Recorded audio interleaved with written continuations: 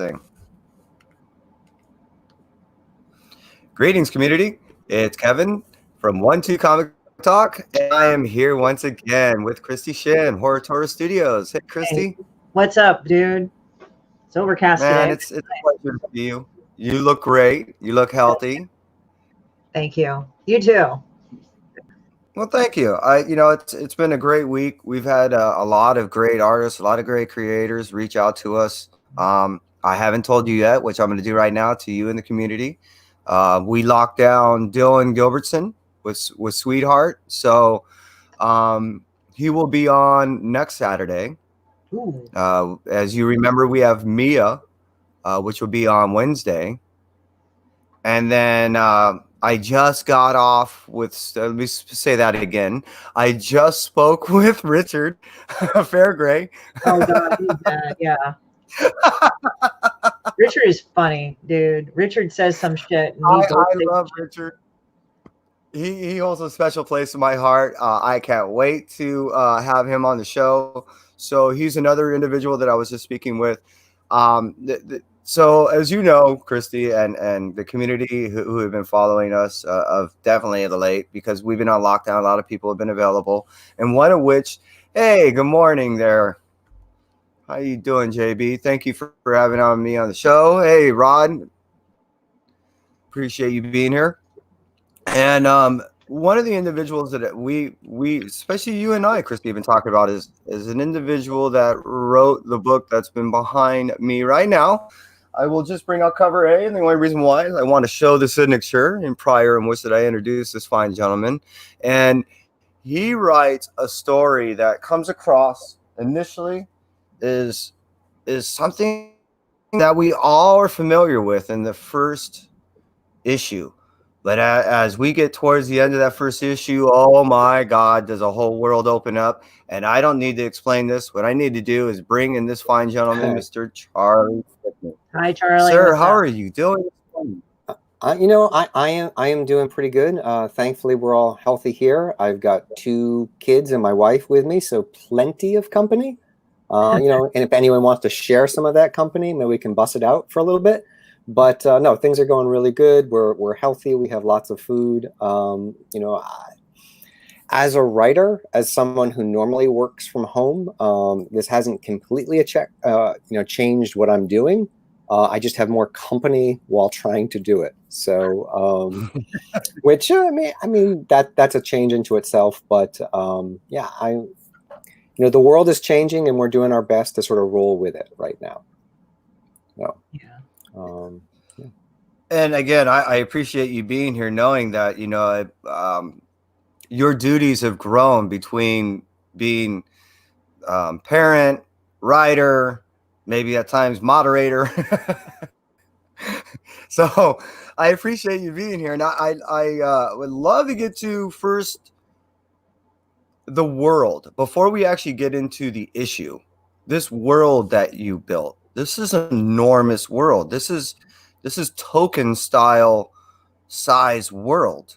I mean, this is a very ambitious thing. Well, can you explain to the community? Sure. I mean, just a quick bit of background about me. I mean, I have been working as a writer, as a producer, a lot of different things for about 20 years now. I started out in children's animation. I worked in independent film. I've worked in feature film. And so this is the kind of thing I've been doing for a long time is world building. All through that, I was planning to get to comics. When I was in college, I interned at Marvel and was originally planning to be a comic book writer straight out. And then I had a job offer here in Los Angeles, which is where I live. And that brought me out here. And so then it took me a long time to kind of get back to what I really wanted to do, which was make comic books. And about 3 years ago, I started plotting out a couple of books that I thought would make for great comic series. And the first of which is the book that's behind you. It's White Ash. And the quick pitch on White Ash, I like to say it's Romeo and Juliet meets Lord of the Rings in rural Pennsylvania. Or if you're looking for a little bit more modern reference, it's like if the guys from Supernatural got stuck in Riverdale, but instead of battling demons from hell, they had to deal with the worst from Mordor. So it's, what it is it's grounded fantasy. It's fantasy set in the real world. I always like stories that feel like they could actually happen just around the corner, just to expand, the current universe that we live in, and then start building it up. And all of a sudden, as you keep dropping, pulling back different aspects of the curtain, you see more and more. So with White Ash, it starts off in a small coal mining town, and it's about a guy, like I came from a small town in Maine, and I could not wait to get out of town and see the rest of the world. And so, but I think all of us, we don't understand how our past influences who we eventually will become. When you're 15 or 16, you certainly don't understand that. When you're 18, you're 20, you think it's all about you. You live in this little bubble. And then as you get older, you start to understand how, what came before you influenced who you are becoming. And so this is it's a coming of age story. It's about a guy who thinks, there's nothing to his life. He hates his father who works in the mine. He doesn't want to become, another miner. And so he's like, I'm gone. I'm off to college. Goodbye. But he's about to discover, the world that he came from is so much more expansive. And that's where that mythology starts rolling in. And yeah, I mean, it is a big world. I have a timeline that goes back about 1,500 years. And I've plotted out the series. The series is plotted out for some roughly between 60 and 80 issues. Depending on interest, if people are loving it, we'll get that far. There's story to support all that. If people really like it, maybe it'll turn off, it'll curtail off after about 40 issues. There's a couple of different stopping points that I can do, but there is a big expansive story we're trying to tell. And, we're looking to do a couple of spin-off series as well, to take some of those characters and, explore a little bit more, either prequels or, having their own adventures, which help expand the mythos a little bit. And so for me, like right now it's coming out, or it was coming out monthly through Scout Comics. And, they've been a great partner to work with. But I originally built the core of the series on Kickstarter. And, like that's, when people talk about kickstarting comics and then publishing comics and going back and forth, it's a very fluid industry right now, because ultimately there's not the money in comics to pay for making comics, which is really crazy. I think from the fans' perspective, everyone's like, I can't believe it's $4 a book or $5 a book for only 22 pages. It seems insane. But then you start to look at the numbers of actual sales that are happening, and if you do the numbers out, like even a company like Image, unless a title is probably selling over 10,000 copies an issue, after the first or second issue, the creator's not making any money, or next to no money.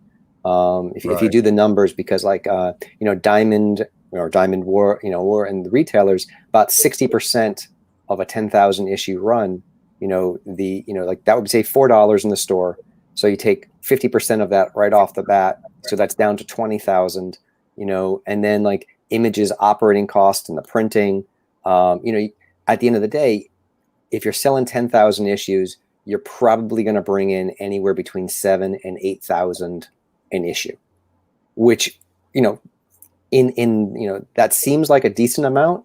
But if you're talking about paying the artist and talking about paying, your colorist, paying a letterer, paying an editor, all of a sudden 10,000 issues sold becomes like the cutoff that an issue can sell to, not send the creator into debt.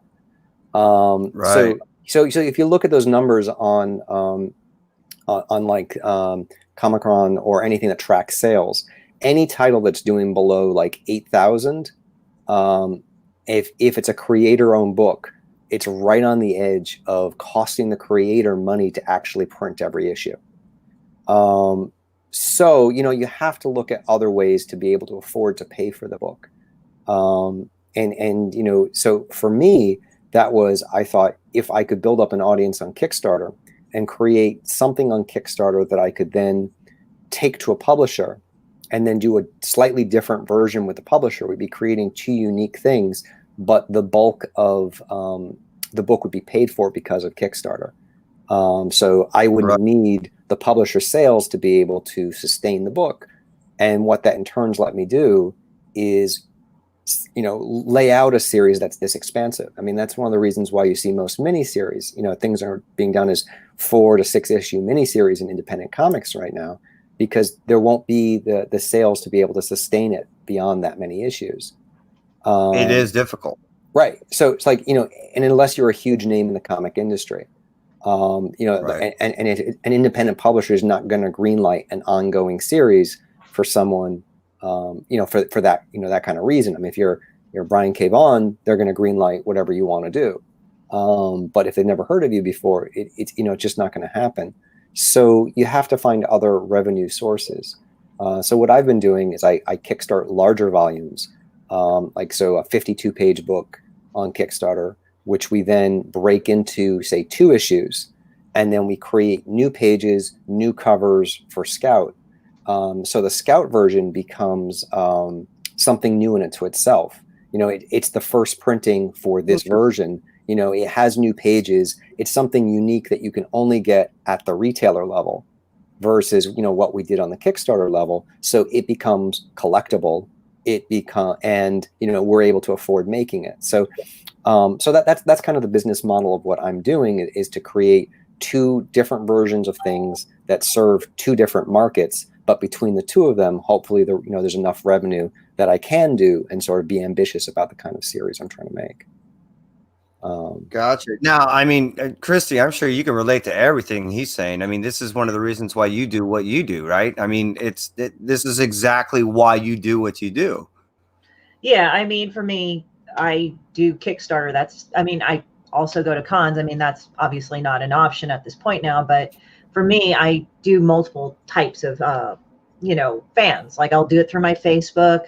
I'll do it through Lunch Hour, the thing that I do. I do it through social media, like with Instagram and all this. I still talk with other creators like you, Charlie, like you, Kevin, go on other shows, do interviews and everything, and just talk about what I do. Because a lot of the times, sometimes the algorithms of each of them are kind of limited, or they're kind of restricted depending on what it is. And not everybody's going to see your stuff. So it's sort of like kind of hitting the pavement, but electronically. And earlier we were talking about Marvel and DC, like they are kind of locked into Comixology. They're already in the digital thing anyway. And that's part of the Amazon platform on top of being in Amazon. Because you can also, like if you're a creator, you can be in Amazon, but also be in Comixology. So those are 2 different platforms, and they kind of get a lot of the monopoly on the ads for that. But at least for Comixology. So like for me, it's like I'm always constantly pushing it and doing the Kickstarters. I go and kind of increase my brand and increase everything. Like, it's kind of funny how people were saying to me, "Oh, that's great that you ran a Kickstarter when you did." So, I mean, the only thing is, like, I only hope that everything clears up by May so I can send everything out by the latest, because I have all the product. It's just the danger of going to the post office right now. Quickly to that, if you can get some online printing, you know what I mean? Like you do stamps.com for a month, Christy, you can get, I think they let you do a free stamps.com for a month, and then you can print everything at home, all the shipping. Oh, nice. And then you just go to the post office and drop off. So you're not standing in line, which is obviously much safer. You just go in, you put it on the counter and you walk out. So I would see like the media mail, like it doesn't do media mail, because media mail is what helps. Yes. And it's cheaper. So stamps.com is actually cheaper than, what you'll get at the post office. That's great, because I kind of don't want to sit on this backlog as much as I can. So yeah. I mean, luckily I projected everything out till May, but you get what I mean. Yeah. So, but like I would say, look into stamps.com, see if you can, they'll send you a scale so it can be all weighed for free. They can do a free 1-month trial. Do that, and you can, like I said, just walk into the post office and be in the post office for a total of like 45 seconds. That's great. Yeah, because I'm just like, yeah, that's awesome. Yeah. And to bring it back, Charlie. So again, on this book, Thank you. So for the community, how this book starts off, and now this is, even though this is part 1, there's a backstory even behind here. Is that correct? Yeah, On your Kickstarter, on my Kickstarter, I'm sorry, what? on your Kickstarter, there's almost like a backstory that even sets this book up. Is that correct?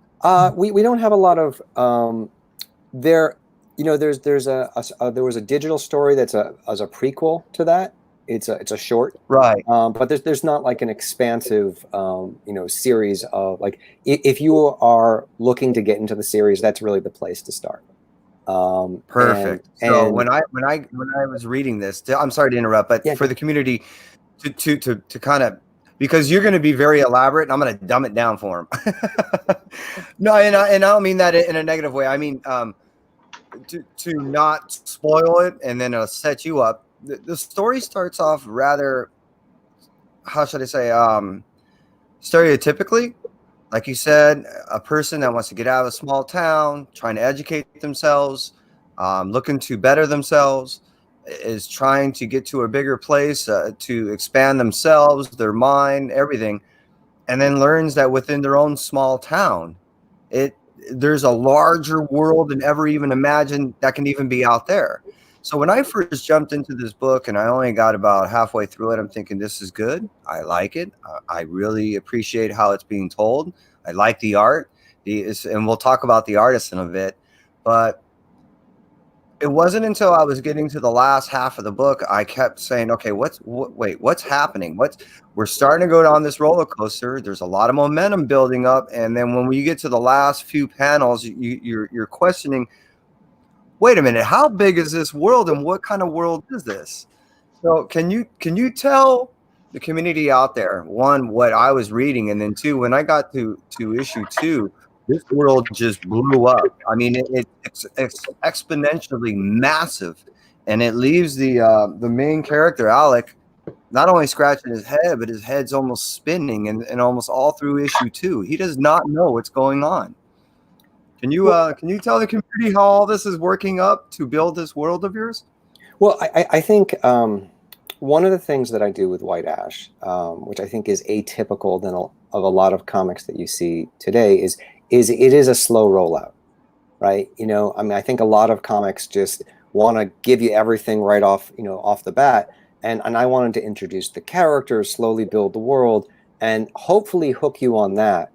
And by the time you're getting used to the characters and saying, okay, it's like a slice of life, it's a romance, I kind of like it because Connor, who draws it, his acting is so good. You can start buying into these people, and then kind of just pull the rug out from under you and say, well, no, there's actually a lot more going on. And then that's what I try to do going forward with each subsequent chapter. It's, oh, you thought it was just this? Well, there's also all this. I mean, I think you see, like, it's in issue 3 where we start rolling out some of the mythos of the town. Yeah. And and then you're like, oh, there's a lot going on here. And in issue 4, which would have been out this week, there's actually like a 6-page a cold open, like to use the film term, which is set in 1918. So like we start going into the past to start seeing how some of these events are playing out right now. So like we do things like that. And we're going to start flashing back so you can see how this town was built, why it was built. And so even as the story is playing out going forward, we're going to start slowly building that back history up through flashbacks and through other devices, so you can see how everything, how we arrived at this moment going forward. But like, if you like fantasy, but grounded. So, this is not like, hey, you're just going to see, these and thous and therefores. It's set in, the small town next door, but it's going to blow up. I mean, it really just continues to get bigger and bigger in terms of what we're building. And and I think, go ahead. It's massive in the sense that when we're first introduced to these characters, you're introduced to a town and you're going through the idea of a guy just trying to get the hell out, and there's a lot going on. But as we're introduced to more and more characters, this, like I keep saying, this world keeps getting bigger and bigger and bigger, to the point that it's very it's very tokenish, and that's how I keep going back. And right now, some of the things that are really popular is the books like Folklords, Once and Future, and to me, this is even way larger than that. I'm very disappointed that we are in the position that we are, in the sense that I'm not going to be able to get issue 4 because I'm only halfway through this, and I'm in. I am just so in. Well, you were there when I turned around, Yeah, when I was sure. just flipping some of the pages. I'm like, I'm in. Put me on the list for this thing. Well, I don't want to speak to what Scout's going to do, because I think this is a larger conversation in terms of like what's next with the comic industry and how is distribution going to happen going forward. But I know they had already printed issue 4, and they most likely, I'm going to guess, in the next month will start making that available. But what Scout's doing right now, and this is a good thing if anyone's watching this and wants to catch up on White Ash, if you go to the Scout Comics website, scoutcomics.com, you can buy comics from them right now. Any of their books, their back catalog, their newer issues, and they are donating half of the profits, just like they would if the book was in a shop, to the local shop of your choice. So they're trying to keep that flow going because they're in Florida. They can keep shipping, right now. So like so they can keep shipping. They actually have a local printer that they work with, so they can keep printing books going forward. And so what they're trying to do is find ways to support the retailers and keep selling comics. So, and they're not the only ones. I know TKO is doing something similar. Black Mask Studios is doing something similar. I think Vault might have some kind of, but like there are a couple of publishers that are saying, hey, look, we can still sell books. We can still ship books. Let's find a way to support our local retailers. So, like there's a lot of great shops here in Los Angeles, like Heidi Ho, or, Comic Bug, or Atomic Basement, or Golden Apple. So if you're one of those, if you go to one of those stores and you want to check out White Ash, or Metal Shark Bro, or Long Lost, or Canopus, they have a lot of great books. You can go buy it, and as you're checking out, you put a message and say, I want Golden Apple, to be the recipient of, half of the profits here. And then boom, they will call up Golden Apple and say, we want to PayPal you some money. And they've been doing this now for about a week. And it's a way, for the smaller companies to help the retailers out. And in turn, the retailers can say, you may not have checked Scout Comics out before, but they've got a lot of great books. And if you buy some now, it helps us out. So, it's a nice cycle where the retailers can help the publisher, and the publisher can help the retailers, and people can get comics. I put that link up on and then it also allows you. Oh, I'm sorry, and it allows you now to actually be able to move your product too. So it's actually a symbiotic relationship for all, because you're able to finally get your product out to the reader. The reader's finally able to get the product to themselves. The store can get credit for the amount that this is seemingly a win-win for everyone. It is a win-win for everyone except Diamond.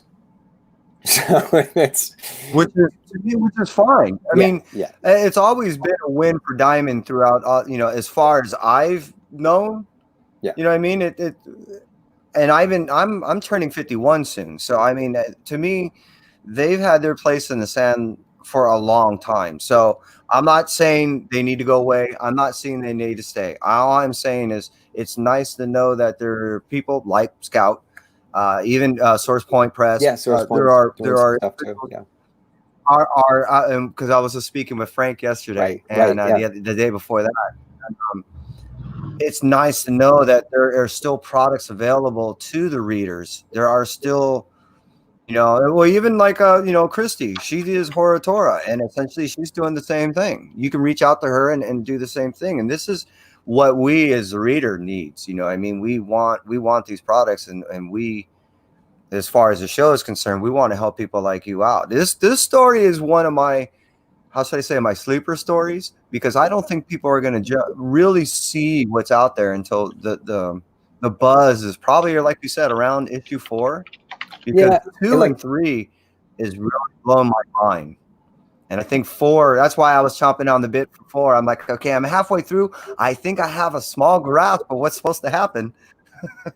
Yeah, I mean, I also sort of buy into the belief in writing that when you're doing a sequentialized book, you want to really try to tell a complete story in that issue, but also give them that cliffhanger to bring them back. And so we do that pretty much in each issue. So especially issue 3 has a bit of a cliffhanger, so that makes it very difficult for anyone who's been reading the series, I think, to wait a little bit longer. Yeah. Hello. Yeah. Yeah. Because I'm chopping on the bit here. I mean, I'm kind of freaking out, but at the same point, I'm a tangible guy. I like to have my book. Now I've heard of people out there that are trying to do things, and if I knew that I could actually send you money directly and you gave me the PDF directly, and then I knew that I was going to get the book, maybe a small credit to the store of my choice, you know what I mean? I would do that too. But only that, meaning I want to know that the money is going to the right hands. In the case of Christie, I know it's going to go to Christie. In the case of, other places like a Marvel or something, like you said, I don't have a belief that the money's going to get to the right people, whom I believe should the money go to, if that makes sense. Well, I also just got my comps for issue 4, so maybe I can hook you up with something physical as well. That's awesome. Oh yeah, I appreciate that. But for the community out there, if you haven't read this, or even like what you were stating, you got acquainted with this company, with your book, you really need to do so, because the Metal Shark, bro, Metal Shark all is these great. other books that they offer, these are fun stories, and they're so diverse. And being that they're individually owned and done, what I prefer about stuff like this is you feel more of the writer, because there's less how should I say, censoring of the writer. So Yeah, even I mean, what it's a you creative described in the beginning of this show. Oh, there's a bit of a lag. This first issue starts are very similar, and that comes across, and you don't really normally get that in a massively renditioned book, some Marvel or some DC. You just get something that was kind of spewed out there. This hit me hard. Issue 1 really hit me hard, because I was kind of getting a real feel of this individual, and then when his whole world blew up and by literal terms, by issue 1 at the end, I was there with him. I was very involved. Well, part of me, I mean, like, the book is called White Ash, and that's the name of the town. So I wanted the town itself to feel like a character. One of my favorite shows is Twin Peaks. I think, like, especially, I mean, there's 3 different Twin Peaks. There's the Twin Peaks that was on, I think it was ABC. There's the Twin Peaks that, there was the Fire Walk with Me movie, which was crazy. And then there was the most recent Showtime series. And they're all kind of, it's all the same story, but they have very different feels. But throughout, what's clear is the town is its own character. And for me, I think that's, when you're world building, you want this place to feel really well thought out. So everything you're doing, needs to have purpose. And so for me, when I'm writing, I want to think about, like, why are these businesses here? How are these businesses intrinsic to the characters? How are they supporting each other? There was a reason why this is set in Pennsylvania. There's a reason why it's set in coal mining town. And some of that starts, as you see more of the mythos, you look back and you're like, oh, that's why that happened. That's why that happened. But, there are other coal mining places. But, there are certain types of trees that are in certain types of, certain areas where they're more popular. Like the white ash is more intrinsic to Pennsylvania than it is to West Virginia. Mm-hmm. So, that's the kind of thought process that I try to put into this is to figure out, how do all these things go together to build something that's more organic and for the readers that will feel more real. So how do you not go insane by being so methodical with your writing? Well, like, That's debatable with all of this. yeah, that's true. You know, for me, that's the really fun part. You know, I like to do the world building. I like to, you know, have, you know, when I started working with Connor, who's this, you know, incredible line artist, you know, I handed him a 15-page document, and it was just called "These are the Secrets of White Ash." So he knew who the characters were, so you know he could start putting some subtle things into you know what they're doing, their actions, the background. So like there are things that are seeded that are just seemingly throwaway moments right now, which are set to pay off 10, 20 issues down the road. You know, like it's a glance at an area. It's you know, I want to say what those things are because then you'll be looking at them, but they are all there on purpose, and Connor's really good at with architecture and trying to also make sure that the things that he draws support, you know, the narrative. You know, he puts a lot of care into the design work that he does. So, can we talk a little bit about the art? Yeah, please. I mean, like the art. Honestly, like the story is good, but the art for me is next level. You know, it's well, a what beautiful. I want to say is that Hugh uses his art to allow the reader to like take in this whole picture of you know what he's how should I say he does his work to where you don't over scrutinize the detail because he doesn't get over detailed. So he allows the reader to be able to take in the picture all at once without having to look at everything, and you can assimilate everything with the words seamlessly. You know what I mean? So how's that relationship between you and he to where you're able to do this? I mean, one, I love the art, but two, it's really reflective of the story. Well, I mean, he went to the School of Visual Design. He, one of his, like, the professor that he looks up to was David Kelly.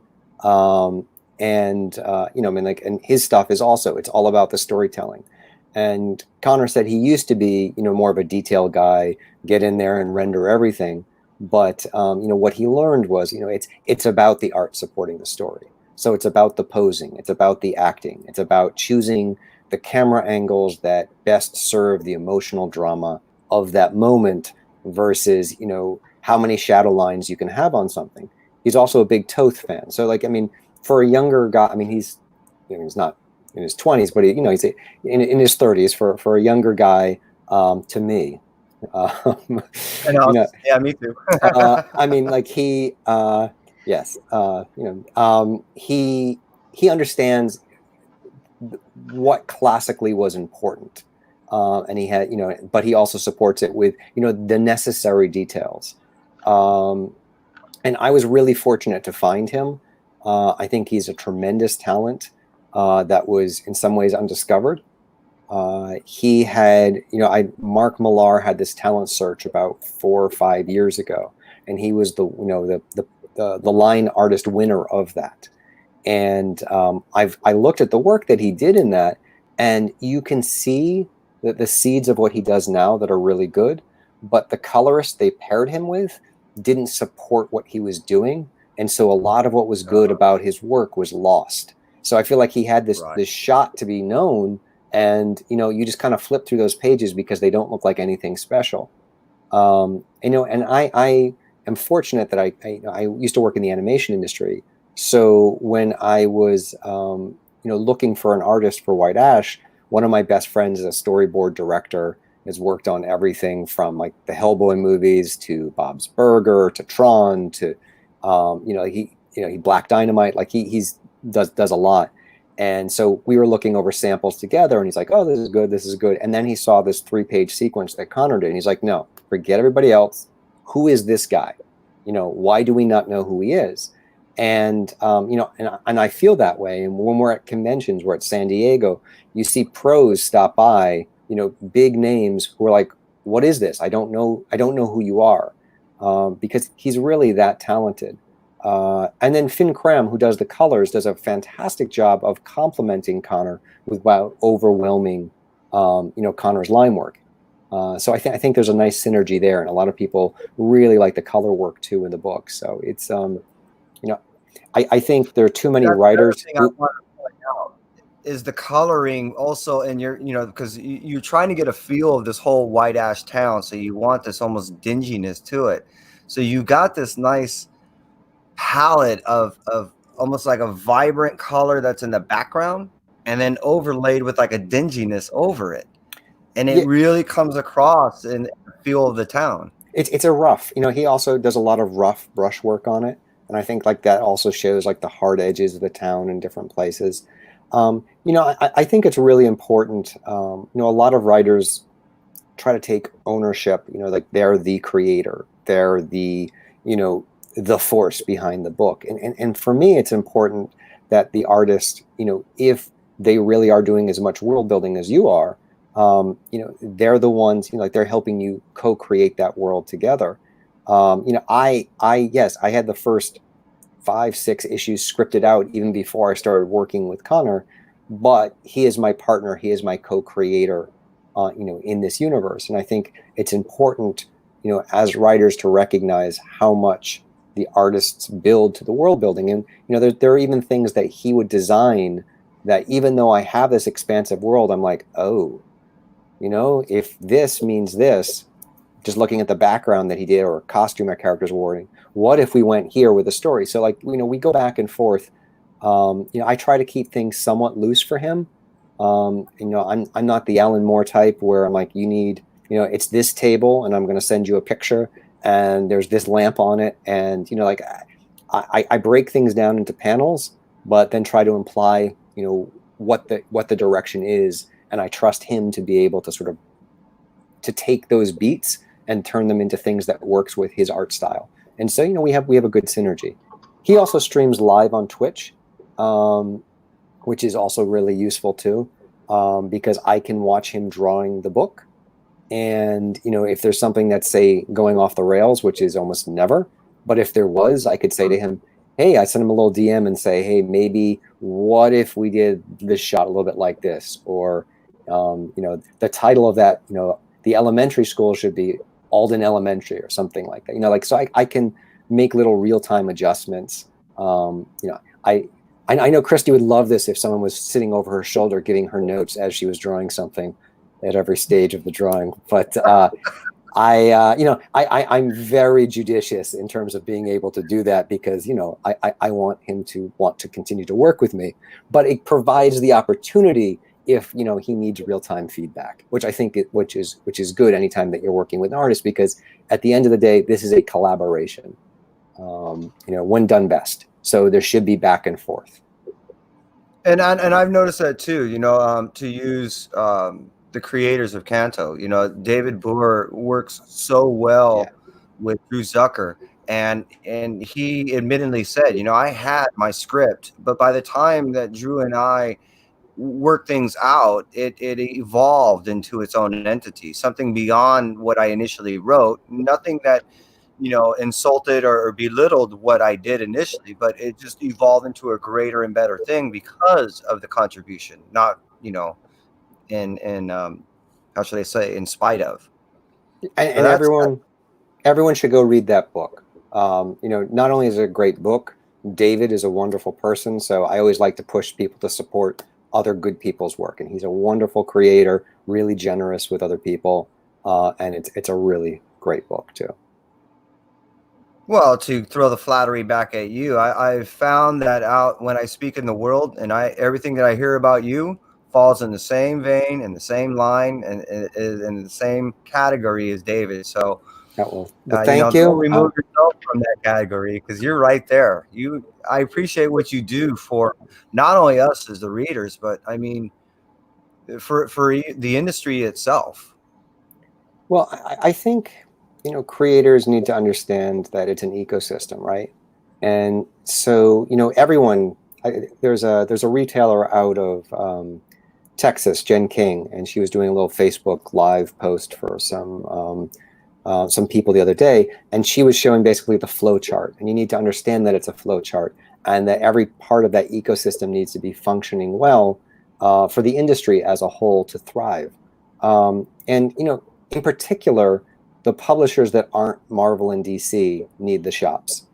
And because that's how they get their books out. That's how they get seen. Marvel and DC, if they wanted to tomorrow, could probably go to an all digital publishing model, except for trades, and then sell the trades in bookstores and on Amazon.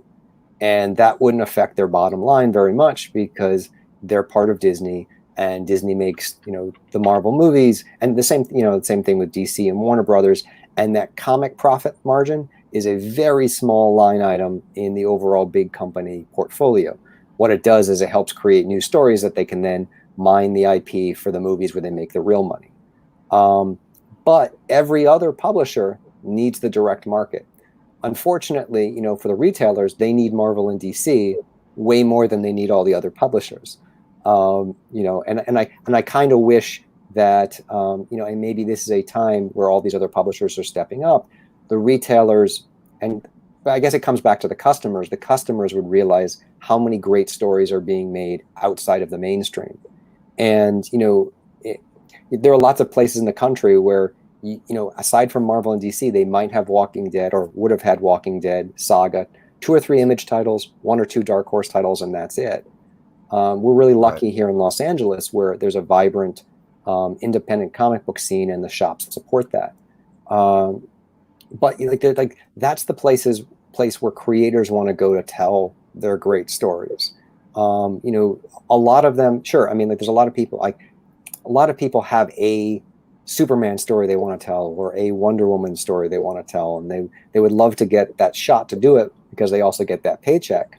But I think, most creators don't dream of constantly working on those titles. You want to be able to have the freedom to tell the stories that you want to tell. And so in the independent comic world, there are such incredible new things that have come out. And in a lot of ways, they're also more accessible, because even something that's long running like Saga, you're looking at 60 issues, 70 issues to get into, versus 40 years or 60 years worth of continuity you're trying to catch up into.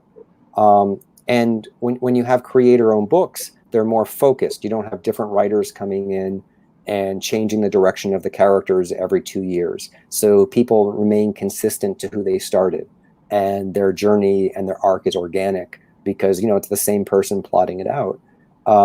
So, I mean, there are so many great books happening right now that are non-big 2 books. And I'm guessing that a lot of people watching this podcast, look into that market. But I think if we could increase the market share of that, when things like this happen, it becomes easier for the publishers to help the stores because there is more of an organic dynamic between the two of them. Well, I can't agree more. Essentially, that's what the whole premise of this whole show is built upon, is essentially the independent artist and creator. You know what I mean? And I mean, I know I'm speaking for myself, and I would imagine that's essentially why even Chrissy is here. Is we are predominantly independent supporters. You know what I mean? It doesn't mean that we don't love all that other stuff that's out there. It just means that we know what it takes for the independent artist. And when I mean artist, I mean that in a broad spectrum. I mean, I get that you might be a chef. I play music. An artist is an artist, and the way you express yourself is multidimensional. And so when you find something you truly enjoy, and you do have so much of a passion for it that you want to make it your life, the last thing you want is someone to dictate, to tell you, okay, you cook, yeah, and this is your life passion, yes, okay, so you're going to go ahead and work at McDonald's. What? Well, it'll pay you the money that you need, and you're going to develop different recipes, and you'll have a life to where you'll be able to sustain yourself. But you're not going to ever be able to express yourself the way you want. Sure. That would just be torturous. And that's why I like the fact that there are people like Source Point Press and all these independent titles that will support the artist and creator, allow them to do what they want, and have the belief, especially someone with the ambition as you do, to build such a massive world and go to it. It's awesome. Oh, thank you. I mean, and again, like I have loved working with Scout Comics.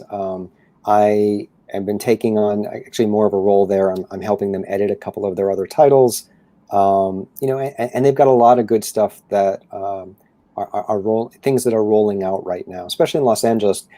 I wish that we hadn't shut down right when we did, because they started putting out these vending machine standees. I don't know if you saw any of those on social media.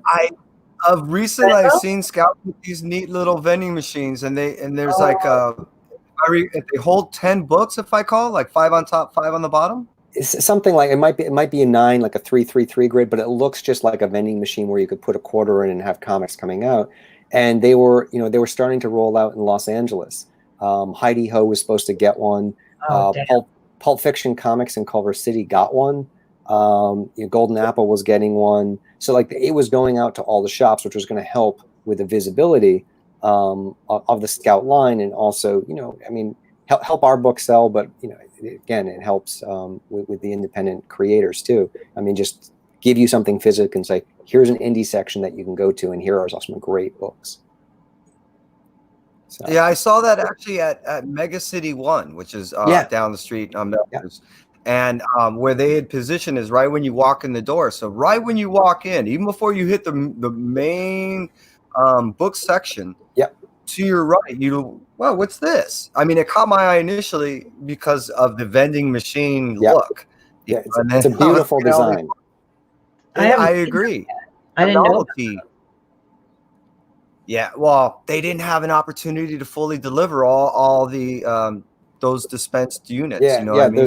There's actually Don Hanfield, who is one of the partners at Scout, who's also a TV producer and writer. He just did one of the amazing stories that was just on Disney Plus. He has, I think, like 6 of them at his house right now.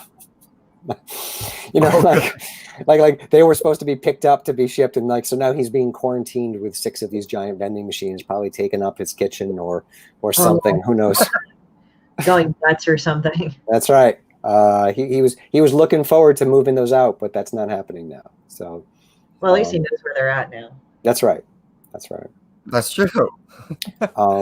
So before we basically wrap this up, I really want to recap what we did. What we're talking here is we're talking to Mr. Charlie Stickney. We're talking about his book behind me, which is White Ash. Now, do you have anything other than White Ash that you were working on? I mean, I know this is fully encapsulating, and it must be taking up your whole mind and life. But are you working on anything else? So I have White Ash, which is ongoing. So, there might be some breaks in terms of the arcs, but we're doing that ongoing. I have another series called The Game. Ooh. This is another series I'm also doing with Connor Hughes, the artist. And so we are kickstarting this right now. Not currently, but we will be kickstarting the next couple of issues. And as soon as we have enough built up, that will be published somewhere. We're just trying to decide exactly where we go with that. It might also be with Scout. And then I have another project that I can't say that I've been hired as a consultant and a writer on, that I'm helping them with a new series it's a new company. And they'll be launching probably in the next 2 or 3 months. And so I'm helping write a title for them as well. And that's a great book. Comics are something I do. I'm also a father, so there's a lot of time there. I think, as we all know, if you're a parent, how much that time takes up, and some other things for trying to get some other projects off the ground that are in other film, television, things like that. So hopefully one of those will take off, because then that helps pay for me continue to do this, which is the most fun thing that I do. Awesome.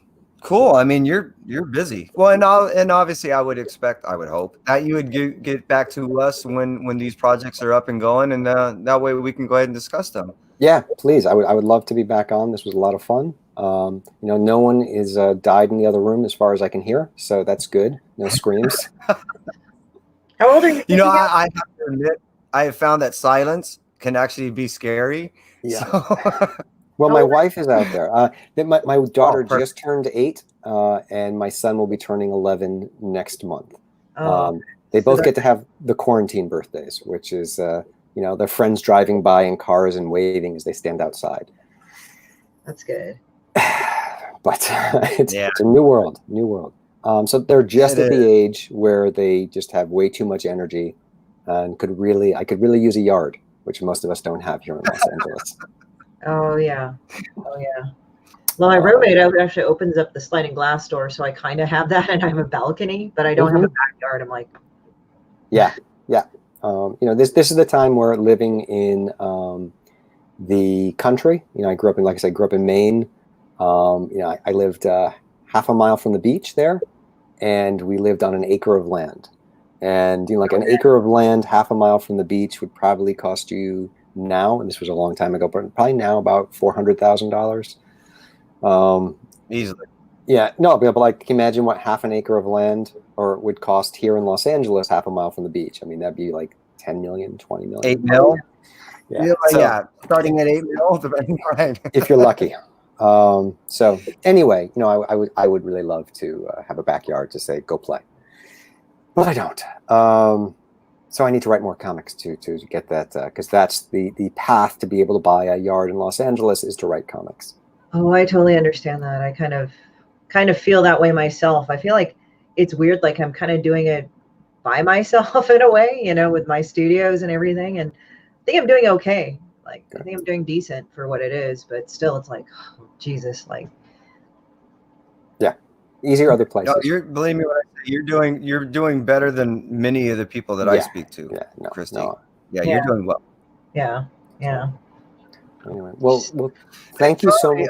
One last question. Yeah. As far as when you're done with the 6th issue, are you going to be launching trades on this White Ash stuff? So Scout will definitely be doing a trade of the first 6 issues. The plan right now is there's going to be a trade, and then there's going to be a one-shot that will be coming out after that, which will have 3 stories in it, which are all prequel stories. And then after that, they'll start up another 6-issue arc of White Ash. So that's the plan as it is. There are a few stories out there that I'm really hooked on, and yours is definitely one of them. So I appreciate you being here. Keep writing, and definitely, always touch base with me, because 1, we always want you on here, and 2, I'm hooked on all your writing. So And Christy, it's good to see you.